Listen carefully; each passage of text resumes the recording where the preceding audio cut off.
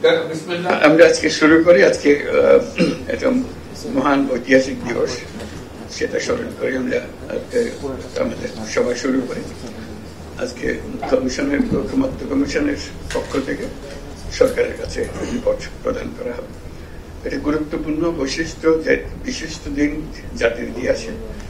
আমরা শুরু করেছিলাম অভ্যুত্থান, তারপরে সবচেয়ে গুরুত্বপূর্ণ অধ্যায় ছিল জুলাই ঘোষণা, জুলাই ঘোষণার পরে জুলাই সনদ। আজকে আরেকটি গুরুত্বপূর্ণ দিন, এই জুলাই সনদের বাস্তবায়নের প্রক্রিয়া। এটা খুব গুরুত্বপূর্ণ একটা বিষয়। আমরা এটা ঐতিহাসিক পরিবর্তন। এটার আজকে যেটা আমাদের হাতে দেবে কমিশন, সেটা তাদের বাস্তবায়নের প্রক্রিয়াটা যদি আমরা সঠিকভাবে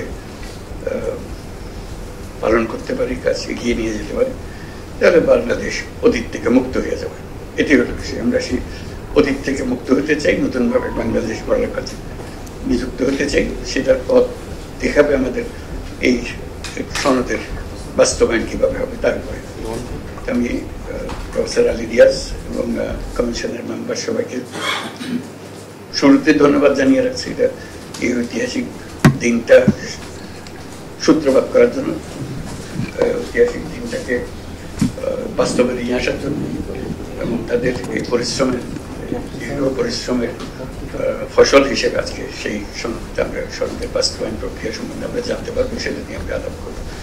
আমি প্রফেসর আলী রিয়াজকে অনুরোধ করছি তার কমিশনের পক্ষ থেকে এটা আমাদেরকে সরকারের কাছে উত্থাপন করার জন্য। ধন্যবাদ।